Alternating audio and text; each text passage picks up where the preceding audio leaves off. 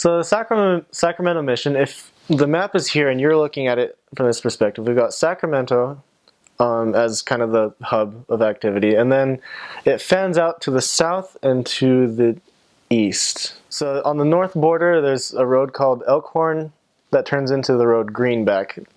I don't know why, but everybody referred to them as Elkhorn and Greenback, so we all knew what and where that was. Elkhorn and Greenback on the north, and then out to the east, it spanned out to El Dorado County, out into the mountains, almost to Lake Tahoe.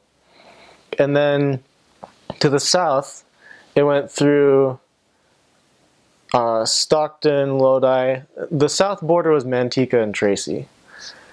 So this Sacramento, big old fan.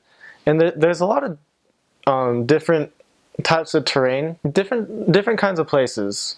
Like downtown Sacramento is high rises, tall buildings, a lot of traffic. A whole bunch of suburbs spreading from Sacramento. Out in El Dorado County, it's basically a national park. Open fields and trees, forests, rolling hills, wildlife. I was almost attacked by a wild animal. I think it was a wolverine or something to that effect. Coyote. There was something underneath a tarp covered trailer. Heard a flapping sound like a dog shaking itself off, so I think it was a coyote, but I'm not sure. But I never actually saw it, so who knows. So El Dorado County to the east, and then down to the south when you get down into Lodi and Manteca, there's a lot of farmland, wide open spaces, not a lot of trees, and flat. So flat that you can see for miles. Of course, that's assuming that the air quality is good. The entire Sacramento mission was plagued by air pollution. And not because of Sacramento, it was because the wind blowing from the west would bring in the pollution from like San Francisco and Oakland and those bigger cities that are down to the southwest. It would bring all of that smog up. And there's all sorts of laws in Sacramento about driving, and every vehicle needs to pass a smog check, which is awesome, but it's not the source of the problem. It's the wind blowing it from the other cities that are right next to the coast that don't really care because they always get fresh air from the ocean. So it's a problem, but overall it's a good place to live. Sacramento is a melting pot of all sorts of different nationalities and cultures. Official mission languages, we have English, Spanish, Lao, Hmong, Cambodian, Tagalog, and there's also wards for Samoan, Tongan, Fijian, and Marshallese. So that's 10 languages within the church. And there's also a lot of Korean and Chinese and Russian people. So many different languages in such a dense area. I actually speak a bit of Japanese. My mom is Japanese, and so she taught me while I was growing up. But I only met 2 proper fluent Japanese speakers, and neither of them actually wanted to hear about the gospel, but it's still cool that there's Japanese people there as well. There is a temple. It's called the Sacramento Temple, but it's actually in a township called Folsom. If it was Sacramento here, Folsom is out here to the east. And very small temple, very beautiful. It was very lucky for us to have a temple in our mission boundaries so that we could actually go to the temple 4 times a year was the rule that our mission president had. On the days that we had transfers, we could take part of that day, part of the P-Day, preparation day, to go to the temple. And I love the temple. There were 11 stakes split into 13 missionary zones. Now, a zone is usually about 12 to 18 missionaries.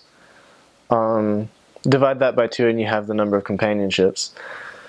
the reason why there's 11 stakes and 13 zones is there were 2 stakes that were split in half. There was a Stockton, north and south, and then there was the Sacramento stake, which was split into Sacramento zone and South Sacramento zone.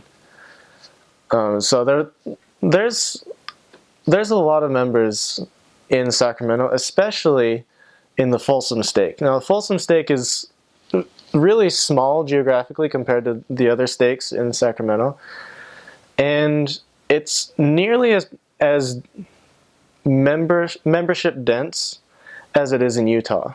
Nearly. I mean, there's let's see, nine wards in Folsom in about a 5-mile radius area, making one stake. I actually served in Folsom, and I loved serving in Folsom because of how many youth there were in the church there. Because standard in Utah is to have multiple stakes in one high school.